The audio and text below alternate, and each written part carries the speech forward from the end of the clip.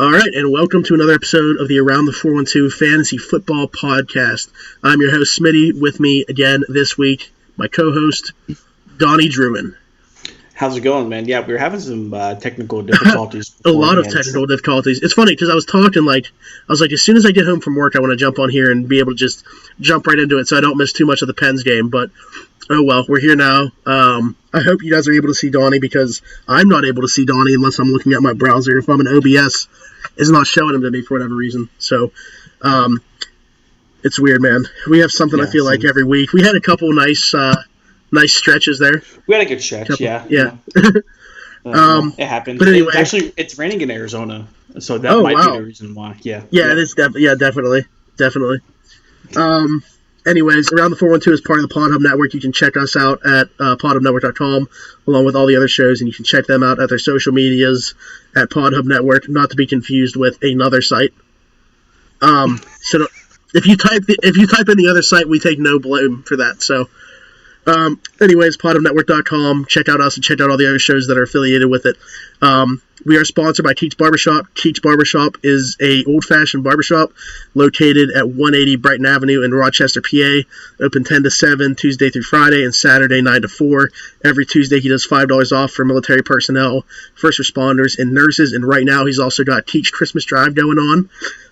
He's doing $5 off your next hair service. If you donate toys, monetary donations, whatever it might be, everything's going to the Children's Hospital. And then to keep with the Christmas spirit, right now we got Rocking Around the 412 going on, which we hit our initial goal. I'm proud to say we had our initial goal set at $1,500, and we've already surpassed that. So little under a month to go before that wraps up. But please continue to share, and if you can donate, you can check out our pinned tweet on Twitter. All the information will be right there for you. It's going to kids at Christmas time, essentially families that are unable to provide their kids with the Christmas that we feel they deserve. We're going to be helping those families out. And in return for you guys donating, there's going to be some great prizes. There's going to be like 6 jerseys that are up for grabs. A jersey, of course. You know I'm a jersey guy, so that's going to happen. 2 pairs of Penguin tickets. The game's TBA. Same with a single Pirate game. And then also a $50 Total Sports Enterprises gift card, which, if you know anything about them, they're not just sports. So if you're just like a movie fan or whatever, they do autograph, movie memorabilia, whatever it might be. But if you're listening to this show or the Around the 412 regular show, you probably are a sports fan. So, throw that out the window. But other than that, I think we can kind of jump into what everybody's here for. About 2 weeks to go till most people start their fantasy playoffs. So, you're looking for wins. You probably need to go, for anybody that needs to go 2-0 to even have a chance, for anybody that needs to go 1-1, you're coming to the right spot because we're about to tell you how to win that. I mean, look at Donnie's pick last week with Josh Allen as a top 5 quarterback. Look how that panned out. So I'm here for it. I might surprise some people with one of my top 5 quarterbacks, so let's just jump right into the top 5 quarterbacks this week for each of us. My surprise is not my number 1 because my number 1 is going to continue to be Lamar Jackson going against the Rams this week. Yep. Yeah, until further notice. He's going to be up there for me, whether it be QB1, maybe 2, depending on matchup for the other guy. But yeah, QB1 with what he brings, obviously, as a dual threat quarterback. Going against the Rams is kind of like a mid-range matchup, but it doesn't matter to me. Lamar Jackson's still going to be a quarterback 1. And honestly, the Rams defense hasn't been that great. They haven't been as advertised, and the addition of Jalen Ramsey hasn't really changed that. He hasn't been too great for them either. So I'm not afraid to play Lamar Jackson obviously if you have Lamar Jackson, you're playing him, but I think regardless, going against a Rams team that's, like I said, right in the middle, they're giving up like the 17th fewest points or something like that. Yeah, I'm playing Lamar Jackson as QB1. Yeah, it's kind of the Patrick Mahomes effect. You're going to start him as a QB1 until further notice. Granted, most people who have Lamar Jackson in the league likely don't have like a strong second quarterback, so there would really be no decision either way. But yeah, as a Lamar Jackson owner, I would definitely feel comfortable starting him against the Rams. Like you said, Jalen Ramsey hasn't really, panned out to be that Pro Bowl corner in that small sample size of games we have with him in a Rams uniform. But still, nonetheless, like you said, they're middle of the table defense, so it's whatever. Even if they were a top 5 defense, we saw what Lamar Jackson did against the Patriots defense a couple weeks ago. Yeah, and what's interesting, bringing up most people that have Lamar Jackson on a roster, who's their other quarterback.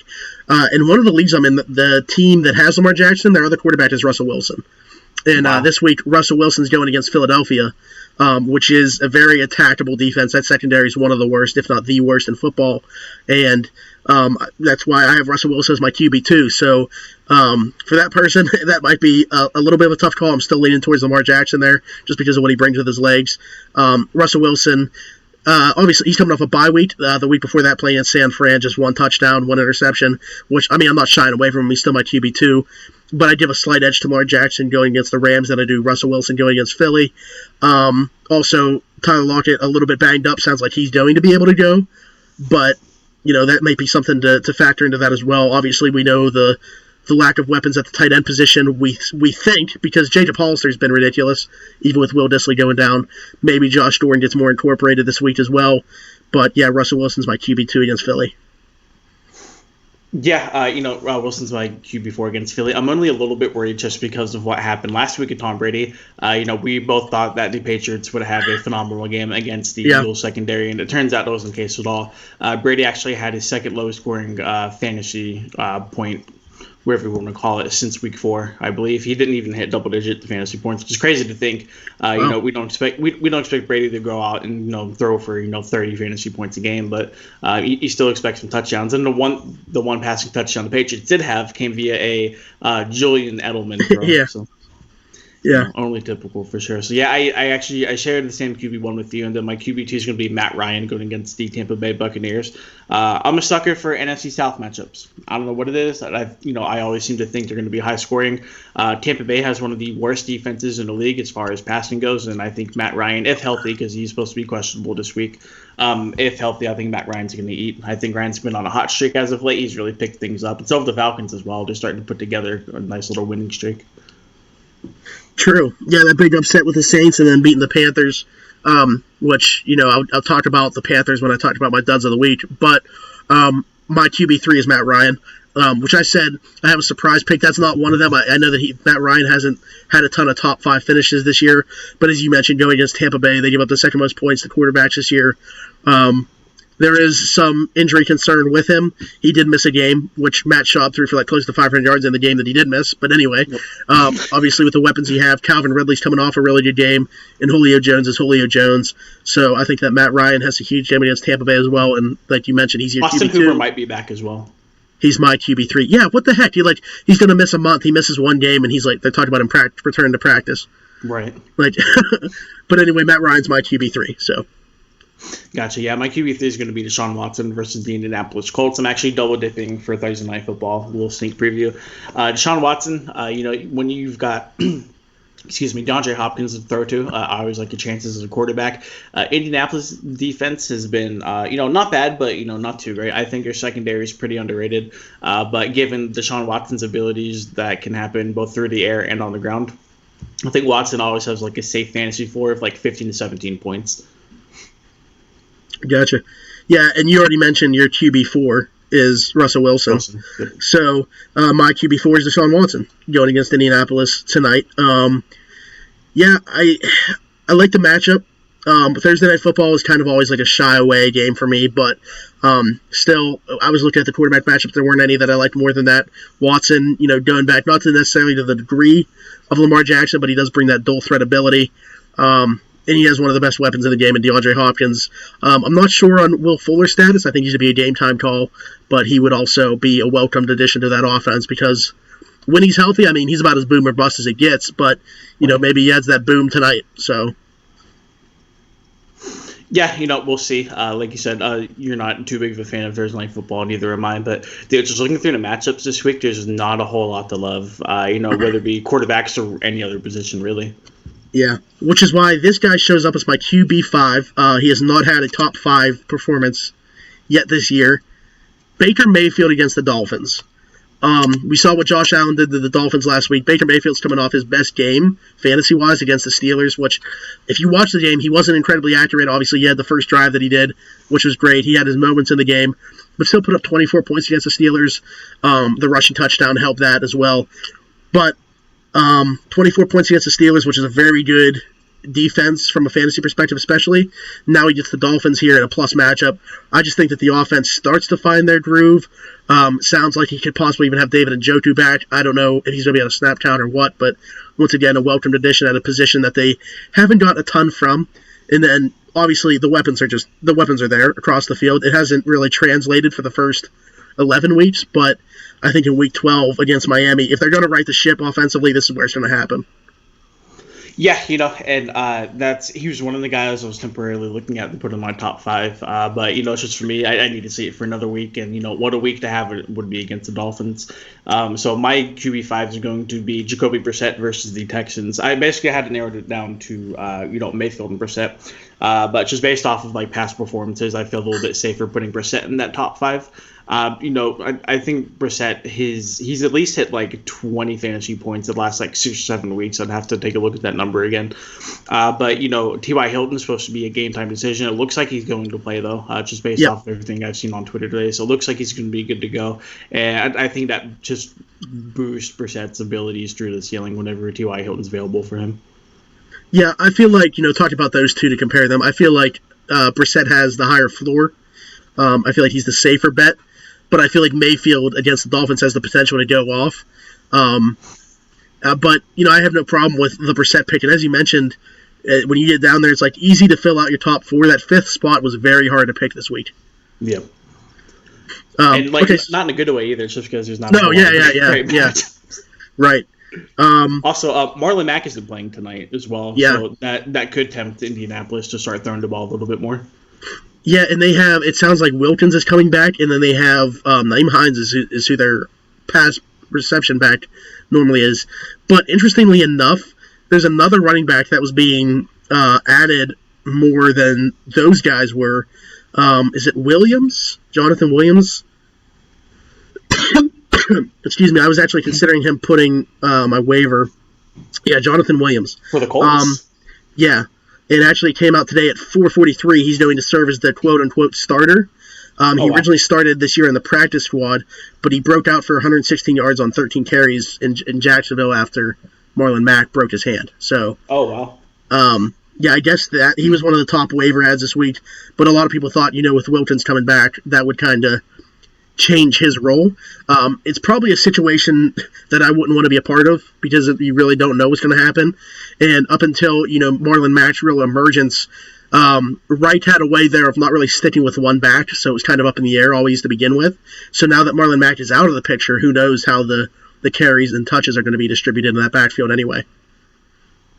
Yeah, and that's the kind of the shitty part about playing fantasy football is that we don't have any of that insider information. So sure, one guy can be named as a starter, but who says that he can't start the game on the first drive and then not really see the field for the rest of the game? So, it's always a fun dice roll, to put it that way. Yeah, fun. Speaking of fun, this guy's a lot of fun to watch play football, kicking off our top 5 running backs. When you go down the positions, you talked about Lamar Jackson at quarterback. Spoiler alert, Michael Thomas at receiver. This guy's the running back version of that. Christian McCaffrey, easily the highest floor of any running back. No one else, I don't think that you can just expect 20-plus points from and lock it in every single week at the running back position. Christian McCaffrey's a guy, regardless of who they're playing, you just expect that from. You just know that you can put him in there, don't have to worry about it.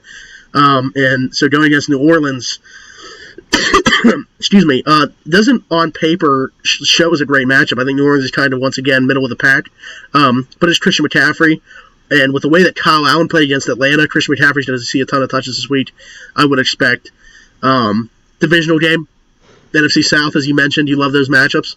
So, yeah, Christian McCaffrey's my RB1. I really don't have much of an explanation other than it's Christian McCaffrey. And you don't need to. Christian McCaffrey is one of those, quote-unquote matchup-proof guys that we always like to sling that term around for. But it's true. I've always said to you that Christian McCaffrey somehow finds a way to pull 25 points out of his ass.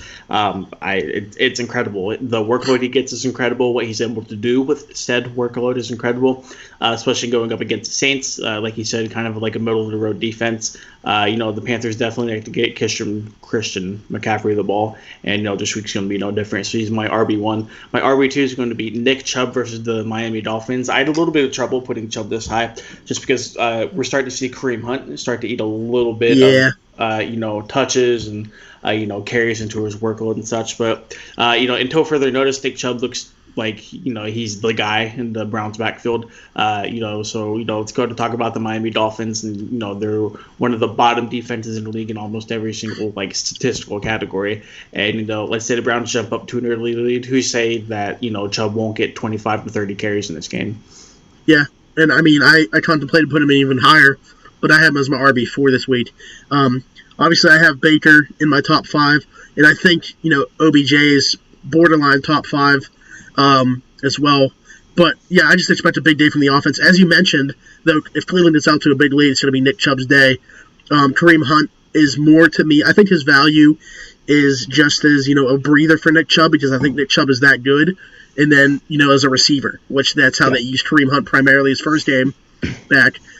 We actually have somebody in the chat that just came in here. It's not somebody that I don't think they might have just followed us now, but I've never seen the name in here before. And they asked a question, not related to what we're talking to right now, but they said, desperate for receiver help this week, is Deontay Johnson or James Washington the better play for the Steelers? Johnson practiced fully yesterday, but he might not play, so his status is still. He also was full today. Yeah. So if he was full both days, that's a really good sign. Yeah. I would say if both are healthy going into the matchup, I like Deontay Johnson a little bit better, just because we haven't seen James Washington that wide receiver 1 role quite yet. Yeah, I think I'm with you. I'm kind of in the same predicament because of Keenan Allen being on a bye. I just dropped AJ Green because he was no longer IR eligible for some reason, even though he probably isn't going to come back. That's the only reason I was holding on to him. And then I have another receiver. Oh, Robert Woods is still away from the Rams. So I'm looking for a receiver this week as well, and I was kind of contemplating the same thing.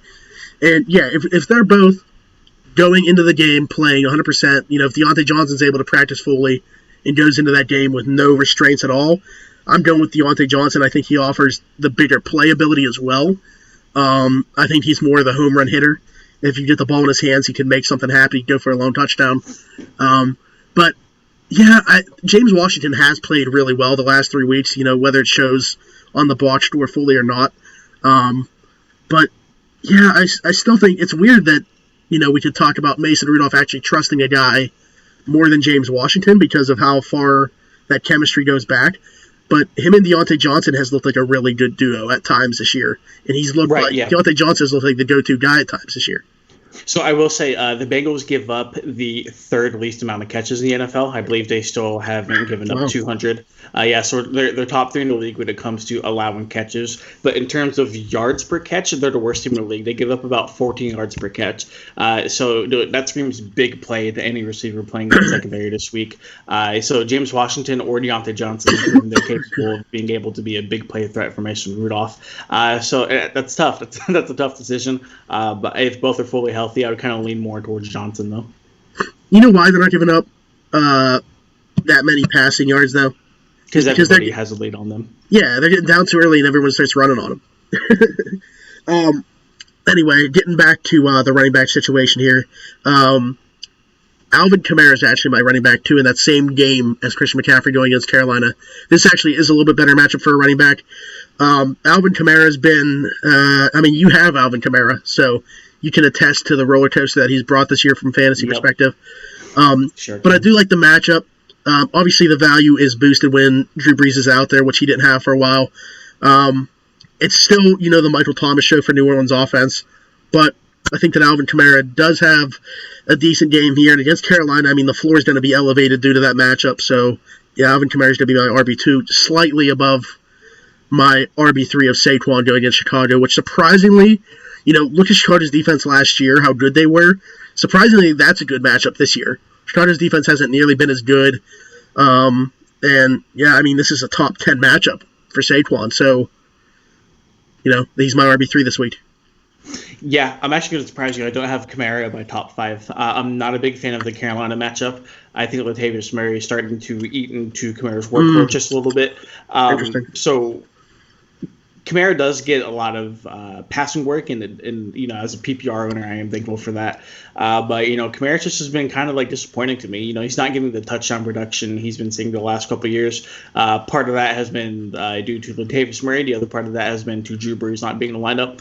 So hopefully, as a Kamara owner, I'm wrong, but I don't have Kamara in my top 5 this week. My RB3 is going to be Derrick Henry versus Jacksonville. And I hate myself for saying that because I'm not a Derrick Henry guy at all. I'm not a big believer in him. But I just think the Jacksonville matchup is just too good to pass up on. The Titans feed Derrick Henry the ball, more than any other team likes to feed any of their run running backs. So I just think given the volume and the potential matchup at hand, I think Derrick Henry has himself a big day.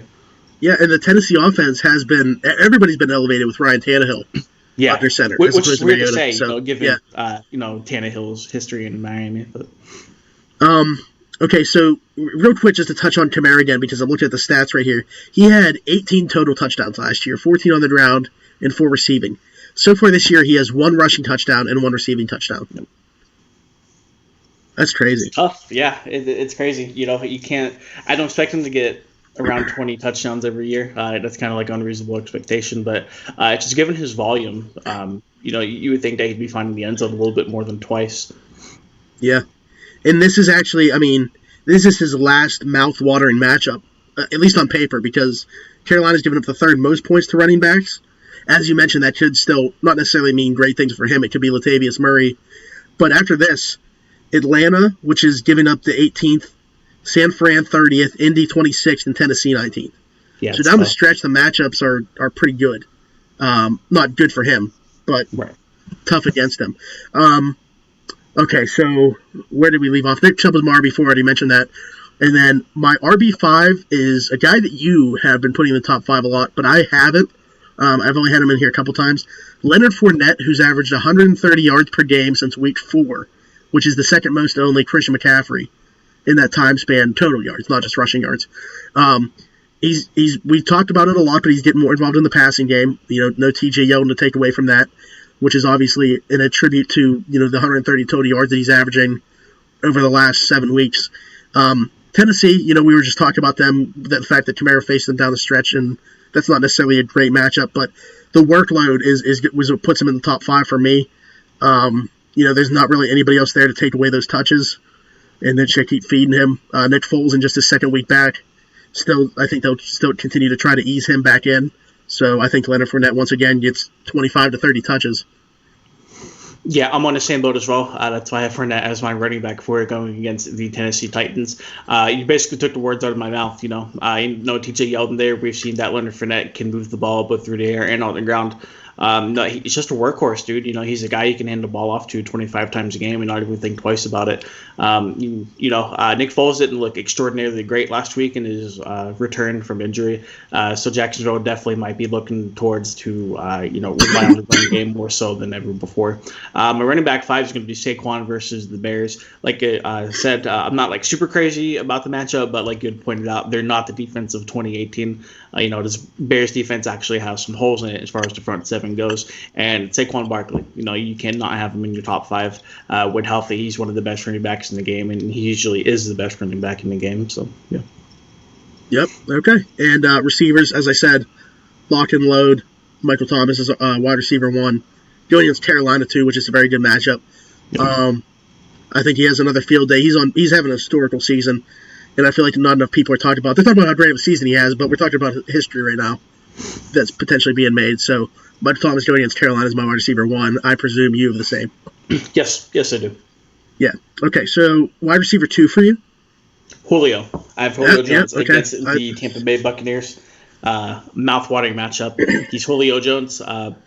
Doesn't matter what secondary he's going against. He's always that big play threat. I just think it's going to be a fantasy wonderland between Tampa Bay and Atlanta this weekend. So Julio Jones is my receiver too. We're all in on the NFC South. Oh yeah. Because I have Julio at 2. Absolutely. I have Julio at 2, and then I put Mike Evans at 3. Yep, and same. I went with we talk about it every week, like him or Godwin, which one to go with. This week I just opted for Mike Evans. So that makes our top 3 receivers for both of us NFC South receivers. So we might as well just throw in a Carolina receiver, DJ Moore, as like number 4, but I didn't. Obviously. Awkward. I did. Is he really? Yeah, he is. Oh, wow. Okay, Yeah. so I went with DeAndre Hopkins just because he's DeAndre Hopkins tonight. So you have DJ Moore at 4? And then Hopkins at 5, yeah. Mm. Okay, any particular reason? Or DJ Moore is one of the better route runners in Carolina, if not the NFC South. I think Kyle Allen bounces back from the garbage game he had last time he strode out on the field. So I don't necessarily think Christian McCaffrey is going to have like a huge workload, even though every week it's almost guaranteed. It's either between DJ Moore or Curtis Samuel every week for the Panthers, and I think DJ Moore has that week this week going against the New Orleans Saints. I think Curtis Samuel is going to draw up that Marcus Lattimore matchup, and not that Lattimore is a phenomenal cornerback. He's a solid guy, but he's not this Darrelle Revis figure that people in New Orleans like to talk to him about. But if that's the case, and Eli Apple gets the DJ Moore draw, and I'm not a big fan of Eli Apple. I don't think he's a very good corner, so I think he could eat. Interesting. Okay. I mean, I he's my number one receiver on a team that I have, so love to hear that. And then my number 5 is Tyler Lockett against Philly. I already mentioned Russell Wilson's matchup with Philly. Lockett is dealing with a little bit of an injury, but assuming he's good to go and plays, he's my wide receiver 5 just because, you mentioned they did pretty well against New England's wide receivers. But I think... Yeah, and that's what scared me. I don't know if it's just recency bias or not, but I was really hesitant to put any Seattle players in my top 5 this week. Yeah. No, I mean, I can understand that. I don't know. Back-to-back good weeks from the Philly secondary. Is it possible? Yep. Okay, so you said you have Hopkins at 5 then. Yeah. Okay. All right, so tight ends. So this is interesting because I had to put a little asterisk here because I don't know if my tight end 1 is going to be playing. Yep. George Kittle goes against Green Bay on Sunday Night Football, and assuming he plays, he would be my tight end 1, but we don't know if that's going to happen. So, is he your tight end 1 if he plays? He is. Yep, absolutely. Okay, and then my tight end 2, starting to come on the past couple weeks, he's gotten over 18 points. Zach Ertz going against Seattle. It's my tight end 2 as well. Yeah, it was the Dallas Goedert show there for a little bit. I remember probably a month or a month and a half ago, we sat here on this podcast and had a conversation about whether or not we can trust Zach Ertz moving forward just because his role was so diminished by Dallas Goedert. But like he said, he scored, I think, 18 points or more in the last couple of weeks. He's really came on strong as of late. Yeah.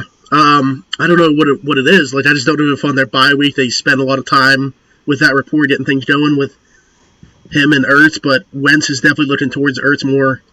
But, I mean, we still saw Goddard score a touchdown, so they're finding a way to get both involved. Yeah. Okay, so my tight end 3... why did my phone just lock? My tight end 3 is going to be Mark Andrews in that matchup with the Rams. Not necessarily a great matchup. The Rams do relatively well against tight ends, but I mean, I have Jackson as my quarterback 1, like to do most weeks, and when he's going to be passing, Mark Andrews is the primary option. So, tight end 3 for me this week. Yeah, that's hard to argue. I have him as my tight end 4. I have Darren Waller as my tight end 3 going up against. And that's my 4. So. Yeah, I feel like a lot of these guys are kind of interchangeable in terms of putting them in the top 5. But yeah, Derek Carr has really found himself playing well as of late. And when Derek Carr is playing well, that translates to Darren Waller having himself a couple of nice weeks going up against the New York Jets defense. Their secondary outside of Jamal Adams doesn't scare me a whole bunch. Their linebacking core doesn't scare me a whole bunch. So we'll see. We'll see if Derek Carr and the Raiders can continue that momentum. But if they do continue their progress like they have been, I really like Darren Waller this week. Yeah, I mean, like I said, I have him at 4, and I have Greg Olsen at 5. So, going against New Orleans. So I wanted to put Olsen in there, but I had a surprise pick for my number 5 tight end spot.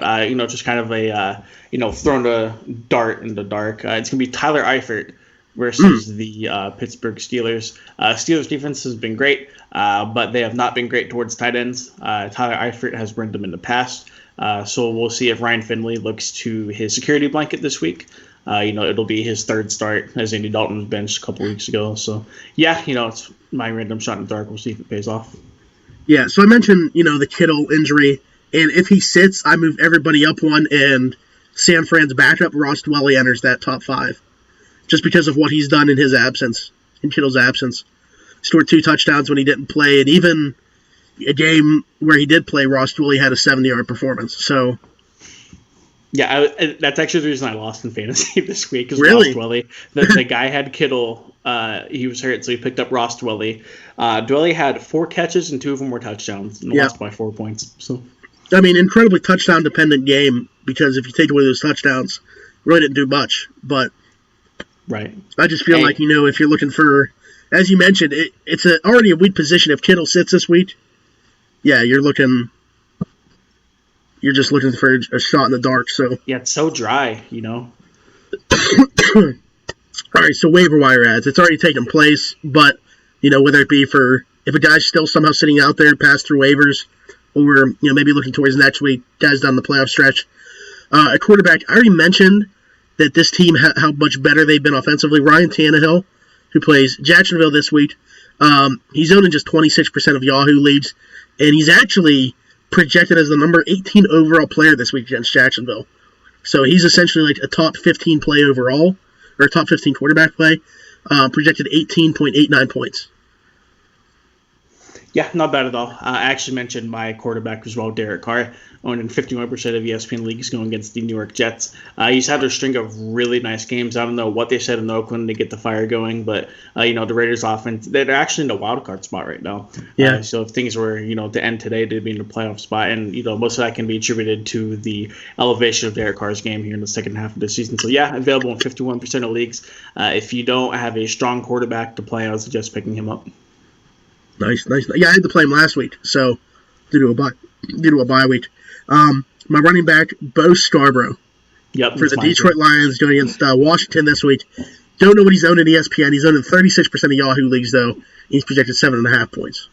38% of ESPN leagues. Okay, so yeah, I mean, and they're expecting rain in that game as well. So you could argue that J.D. McKissic could be involved with the Detroit offense, but if it's going to be raining, it's going to be a game that's won on the ground, and Bo Scarborough's the bruising back there. So, yeah, it was really weird. We watched Scarborough play at Alabama last year, and we're like, wow, this kid's really good. And then I'm pretty sure he went undrafted. He got drafted pretty late. And then the Lions just picked him up, and yeah, he just goes off for a touchdown. And apparently he's the lead back in Detroit now. So yeah. At wide receiver, already answered a question about him for me. Owned in just 17% of the leagues. You might be taking a shot in the dark here. Obviously, if Deontay Johnson's there, his ceiling's a little lower. But James Washington, owned in just 17% of Yahoo leagues. As of today, projected for 9.5 points in that game against Cincinnati.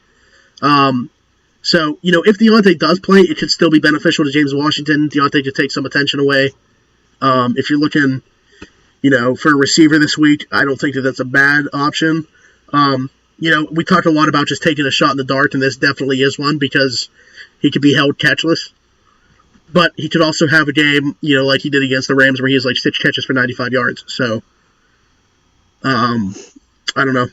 Like I said, owned in just 17% of leagues. So, yeah, no, not a bad pickup at all, like you said. My wide receiver is actually going to be D.D. Westbrook for the Jacksonville Jaguars, owned in 60% of leagues. So he's owned in more leagues than not, but there's still 40% of ESPN leagues out there that don't own D.D. Westbrook. Going against the Titans this week, but it's not necessarily a pickup only for this week. He actually has been pinned by a lot of people to have a very favorable playoff schedule.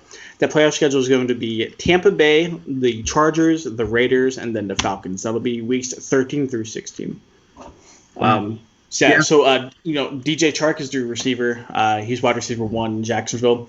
But, in the case that he gets shut down for whatever reason, D.D. Westbrook is the guy. So, yeah, and I saw a lot of people talk about this Tennessee matchup for him. Logan Ryan's allowed 424 yards to slot receivers this season, which leads the NFL. So, yeah, D.D. Westbrook has a very favorable matchup this week. Assuming he's good, because he has a little bit of an injury he's dealing with, right? Yeah, so, he's coming off of an injury this year. Yeah, okay. All right, and then my tight end, this is more for future usage. David Njoku, owned in just 29% of leagues, was placed on IR, designated to return. That looks like it's going to happen against Miami. Don't know what his role will be this week, but I think it's just going to increase as we come down the stretch here, and I think that'd be a solid ad for the playoffs. Owned in just 29% of Yahoo leagues right now. Yeah, my only concern would be his usage. Whenever he is healthy, he isn't used a whole bunch. Combine that with the prior injury usage. I'm not too big of a fan of him. The talent is certainly there, but I don't think Baker does a very good job of spreading the ball out throughout that offense. We've seen that hurt Odell in his case. So, if you can't get Odell the ball, I'm not sure how David Njoku's going to eat. But what shot in the dark, like I said, Njoku is one of the most athletically gifted tight ends in the league. So who's to say he can't put all that together? Right. Yeah, and that's really what I'm looking at this point. Looking at the tight end barrel of guys that are under 50% or less. If it's week 12 and you're scouring the waiver wire for tight ends, I feel bad for you. So my tight end of the waiver wire pickup is going to be Dallas Goedert. Previously mentioned him, 34% ownership in ESPN leagues. He scored 10 points the last 3 out of 4 weeks. Like you mentioned, he had that touchdown last week. So while we do see Zach Ertz start to climb up and regain his status as one of the best tight ends in the league, Dallas Goedert is still eating. So that's a testament to Philly's offense and what they're able to do with their 2 tight ends. They drafted Goddard in the second round in Dallas, for God's sake. So. Yeah, Goddard, my tight end waiver wire pickup of the week. Cool. All right, so looking at our studs, let's just run down our entire team at a time. So, my quarterback, Josh Allen, ridiculous game against Miami, as Donnie here predicted. He had him as a top 5 play, which a lot of people, if you were listening, might have been questioning. Well, he backed it up, 40-plus points. Mark Ingram was my running back stud, and there weren't a ton of running backs that, outdid their projections by a whole bunch. Right, yeah. But he caught 2 touchdowns, so that was why he's my stud, a little out of character there for him to catch 2 touchdowns. He now has more receiving touchdowns this year than Alvin Kamara. So, yep. My wide receiver, going back to that Buffalo team, John Brown, my wide receiver stud.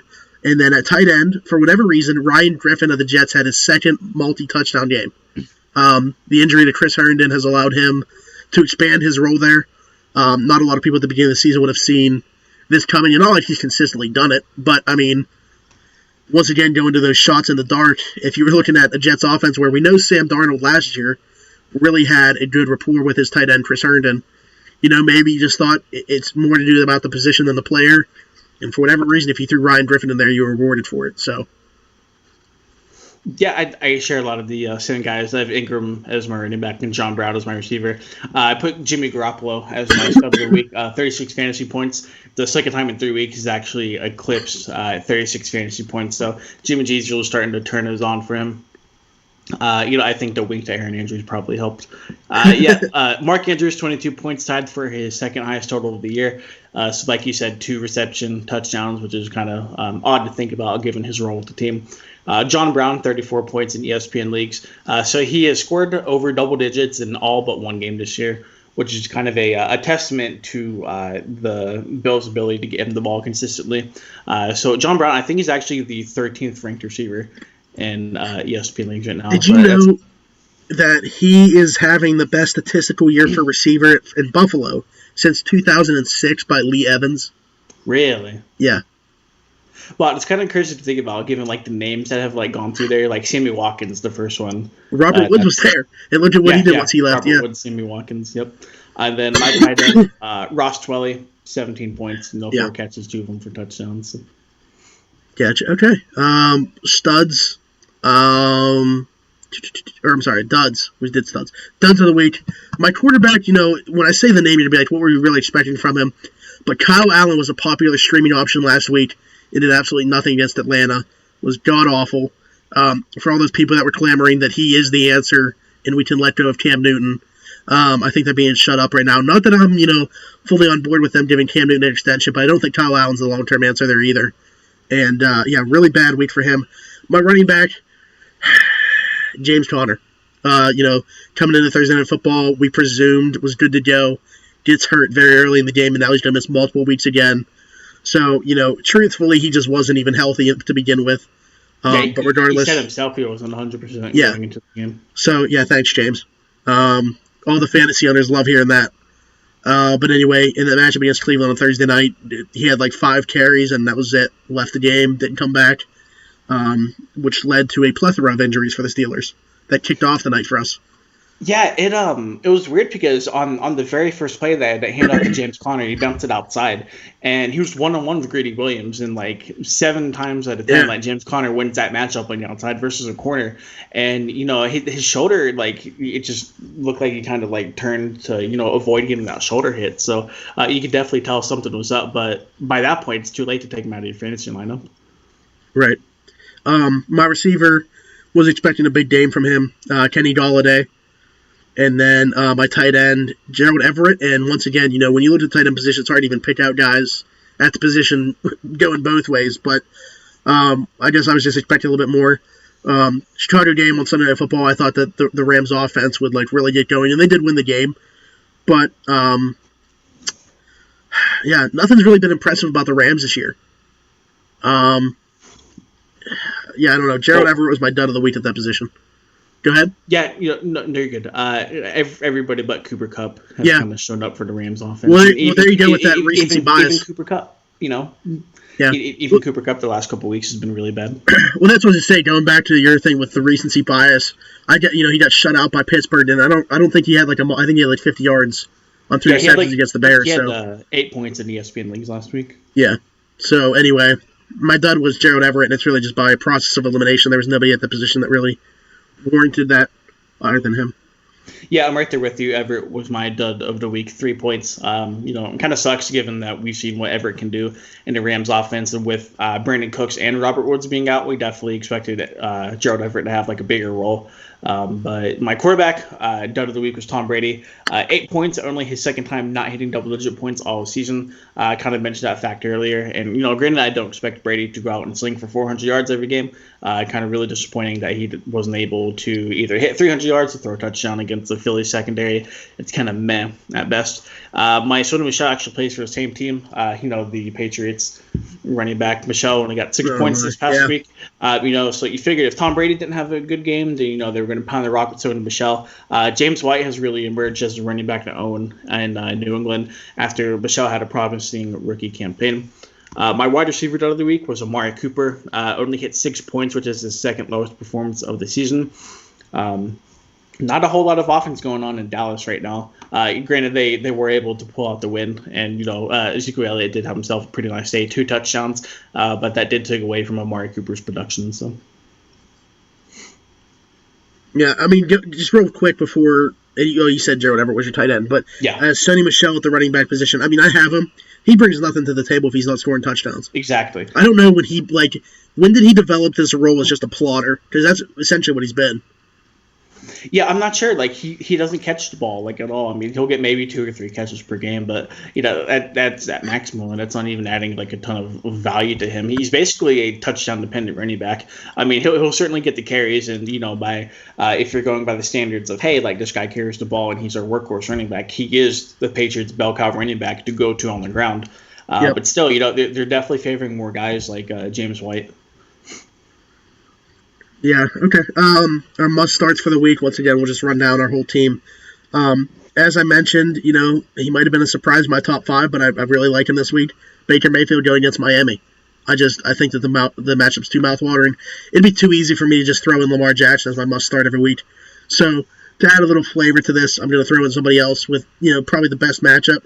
Matt Ryan was another name I considered here, but just to be a little different, I went with Baker Mayfield because he's only had 1 game or 2 games this year over 20 fantasy points. So taking a little bit of a risk here, throwing myself out there.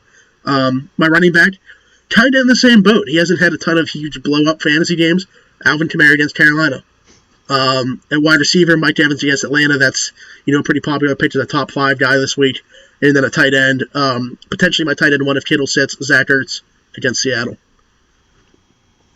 Yeah, all solid options. Matt Ryan was my quarterback to start this week. I just think the matchup against Tampa Bay is too good. I think he's healthy, and I think Atlanta finally pulled their head out of their ass, hopefully. Knock on wood there. Trying to save their coach's job. Yeah, really. So my running back of the week is going to be Derrick Henry versus Jacksonville. Like I said, volume is king, and I think Jacksonville presents a really nice matchup for Derrick Henry and the Tennessee Titans. My wide receiver is going to be DJ Moore against the New Orleans Saints. But I just think that Eli Apple, gets torched by DJ Moore. I have really, really high expectations for DJ Moore whenever he first came into the league, and he's slowly but surely starting to hit his stride as a receiver in his second year. My time of the week is going to be Darren Waller versus the New York Jets. Like I said, Waller's the guy in Oakland, and Oakland's starting to get the wheels turning on that. So as long as Derek Carr is healthy and productive, I think Darren Waller, is the beneficiary for that. Do you remember what I said last week about Hunter Renfrow? You mean Dr. Renfrow? Yeah. Do you remember what I said about Renfrow last week? No. I said he was going to get his season high in catches. Did he? In that game. Well, I said he was going to catch a certain number. I said, and that would be his season high, and he missed it by one catch. Really? Yeah, he had 5 for 66. Because he was my waiver wire ad receiver last week. He's only owned in like 10% of leagues, but he brings a pretty decent floor. Okay, so over under 8.5 targets for James Washington. Ooh, I'll go under. I did make this before I saw that Deontay was full today. So. Oh no, you're good. Yeah. I think even without Deontay Johnson, I would take the under on that. I can't just Steelers offense right now. I don't care who they're playing. It's really hard, and I don't expect Mason Rudolph to be jumping out and throwing the ball a whole bunch, especially to James Washington. Granted, they did have that college connection. They both played at Oklahoma State, like you had mentioned. But I got to take the under, man. Okay. Over under 18.5 fantasy points for Baker Mayfield. Over, especially against Miami. I'll take the over on that. Like you said, it's a mouth-watering matchup. So does he get his third 20-plus point fantasy game? I do. I do think he gets his third plus 20 fantasy point game. However, I think we need to stop writing off the Dolphins a little bit because they've won 2 games this year. Yeah, they play hard. And they're not laying over, which is a testament to those guys in the locker room.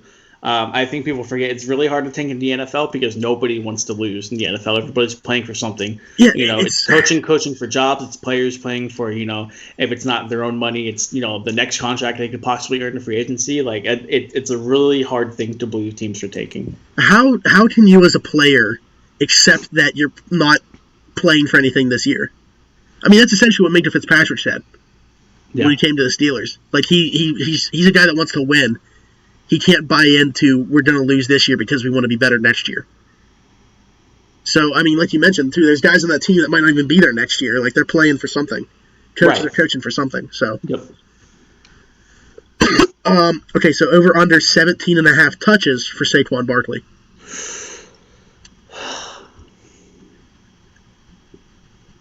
Total touches, I'll go over. Yeah.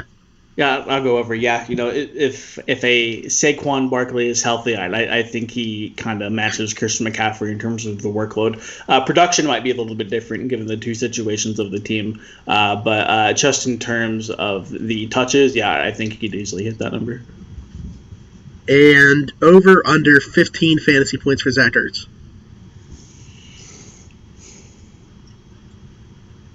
I'll go under. I'll go under. That's funny because my over-under for the tight end position involves Zach Ertz as well. But yeah, I'll go under. Okay. Yeah, he has 2 straight games with 17 plus. So that's why, I mean, I set it at 15. But, yeah, I'm probably with you. I mean, he's had more weeks where he's scored under that, obviously. So, are we due now for some regression back? But, okay, go ahead. Okay. Over under Dak Prescott 250 yards versus the Patriots this week. Man, the Patriots defense, they're that one game against Baltimore skewed how a lot of people think of that defense. Yep. I feel like they had a ton of fantastic matchups and did fantastic against those matchups, and now they have some harder matchups.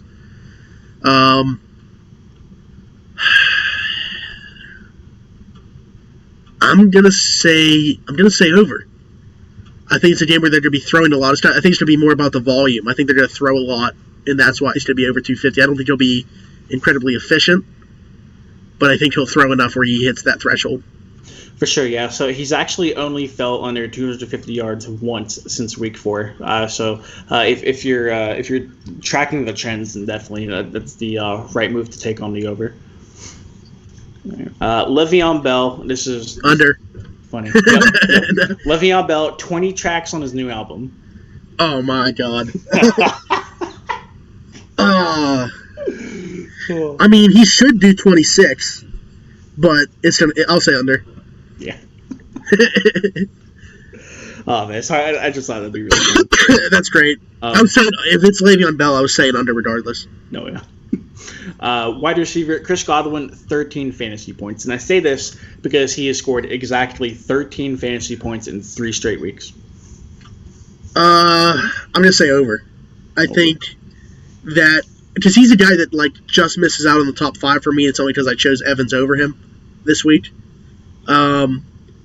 So yeah, I think over 13, but maybe not by much. I mean, maybe like 14, 15 points, but yeah, I'll say over 13.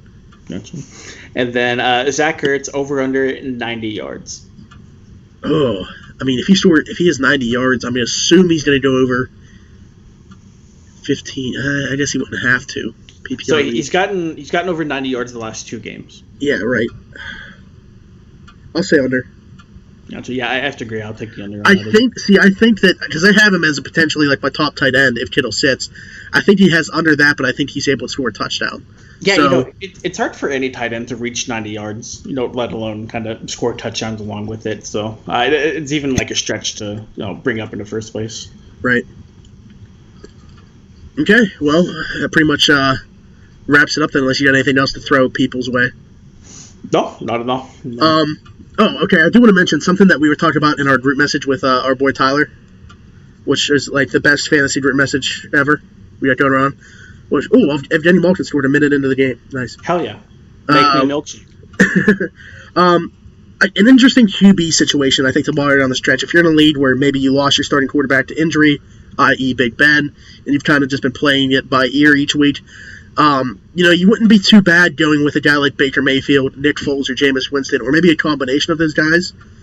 As I mentioned, Mayfield's playoff stretch here, he goes into the playoffs facing Miami and Pittsburgh the next 2 weeks. After that, he's got Cincinnati and Arizona the following 2 weeks before having Baltimore in the championship. So I would avoid playing him in that championship game against Baltimore, even though that was his best game of the season. And then you look at Foles and Jameis Winston's matchups in that would-be championship for you in Week 16. Foles has Atlanta, and Winston has Houston, which are both top 8 plays. Atlanta gives up the 8th most, and Houston gives up the 6th most. So if you're in a QB situation where you're kind of just streaming every week or whatever, and those guys might be out there, I would pick up Mayfield and one of those 2 guys to go along with him, potentially, and you have your quarterbacks for the playoffs. Yeah, so we did talk about just a little bit. We did touch on a fantasy playoff matchups last week in last week's episode. So if you didn't catch that, go ahead, go back to last week's episode and listen to that. We'll probably touch on it a little bit more as the time actually comes for that. I'm sure we'll probably do something for that. But yeah, I completely agree. Baker Mayfield has a really nice playoff schedule. And, again, like we mentioned, Nick Foles was my quarterback last week whenever we talked about, ideal playoff schedules for fantasy players. So. Yeah. Right. Yeah, I just wanted to throw it in there. Anybody that's listening, if you're in desperate need of quarterback play, there it is. That's how you get to the playoffs, and that's how you do well in the playoffs and still get production from there. But anyway, yeah, that pretty much wraps things up. So one last time, I will mention that we are part of the Pod Hub Network. You can go to podhubnetwork.com to find us, find all the other shows. Hit us with a follow on socials. That's podhubnetwork.com or at Pod Hub Network. You can hit us on Twitter at around the 412 at Z23Smitty, at Donnie Druin. Ask us some fantasy questions. Ask us anything. Drop the follows. Come on over to Twitch every week when we do this. If you listen on Spotify, iTunes, iHeartRadio, whatever it might be, thanks for listening. But you can head on over to twitch.tv/around412 to join us live next time and interact with us. We have a blast doing this, so just come be part of it. We are sponsored by Keats Barbershop. Keats Barbershop is an old-fashioned barbershop located at 180 Brighton Avenue in Rochester, PA. Open 10 to 7 Tuesday through Friday, Saturday 9 to 4. Every Tuesday, he does $5 off for military personnel, first responders, and nurses. And he's also got a Keats Christmas drive going on right now, so if you take a toy, monetary donation over, whatever it might be, you get $5 off your next hair service, whether it be that day or your next visit. And, keeping along with the Christmas theme, Rocking Around the 412 year 2 is well into effect. We've already hit our initial goal, but we're going to keep going, raise as much money as we can. The pinned tweet on our Twitter will give you all the information you need and take you right to the GoFundMe. Essentially, just give you a quick rundown. The mission is to give to families this year that need some help at Christmas time to give their kids the Christmas they deserve.